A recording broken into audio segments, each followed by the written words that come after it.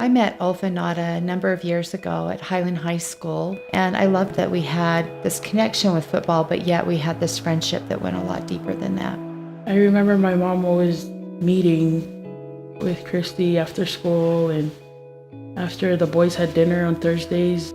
She had shared with me one afternoon that it was very overwhelming, the preparation that it was taking with their family on getting Haloti ready to go to college. But then she started thinking about all the other kids that are from her neighborhood and that, go to Highland. And what a struggle it must be for families that have language barriers or financial barriers. When we were talking about it, we thought, what could we do? And that was an ACT prep class. So as we got together and made this laundry list of things, we presented it to the PTA board. The PTA board just thought, we want to support this. For the next 6 months, that's what we did. She had put together these binders full of papers that were the ACT prep lessons that they were going to be taught. So the first session came and it was full, and we had a waiting list. It was so thrilling. It was so exciting to see all of that happen. But of course, right in the middle of it is when Soleimani died.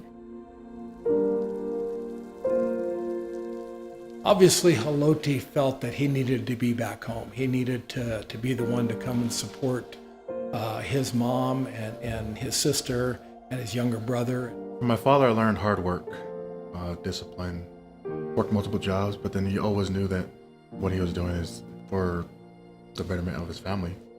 My dad was strict. He disciplined hard but loved harder. No matter what ever needed to be done, you could always ask him. It just seemed that the best news that I could always give her was that the class was full and that we were moving forward. I never knew about this program. Haloti didn't know anything about this. He had no idea that his mom had been involved in that. For me, that was just the stars aligning. I was kind of one of those test students, I guess. So it was amazing to see that over the past 13 years that the class is still being offered.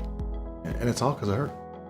It was such a loss, when she passed away. And even today, I think, she has a hand in what's going on. She had such a passion, and now I know why. She was everything to everyone. I can look back and I can say that through the best and the worst of times, she was my friend.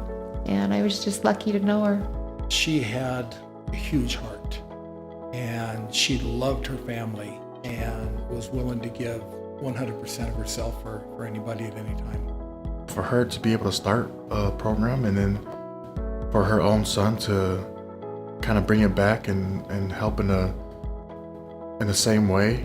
I know she's just happy that he's doing this for her.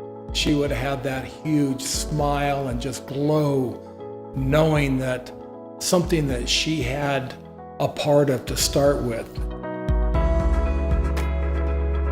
What this scholarship is going to do now is establish a fund that not only benefits Highland High School, but now it's going to benefit all of the high school students in Salt Lake City School District.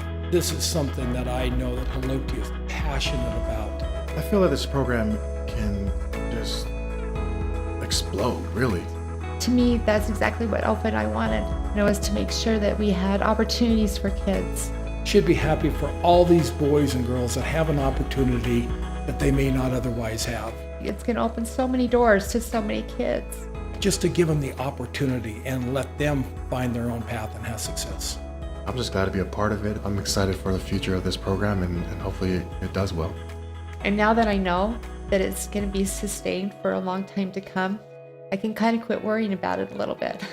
I just can only imagine both my parents are smiling.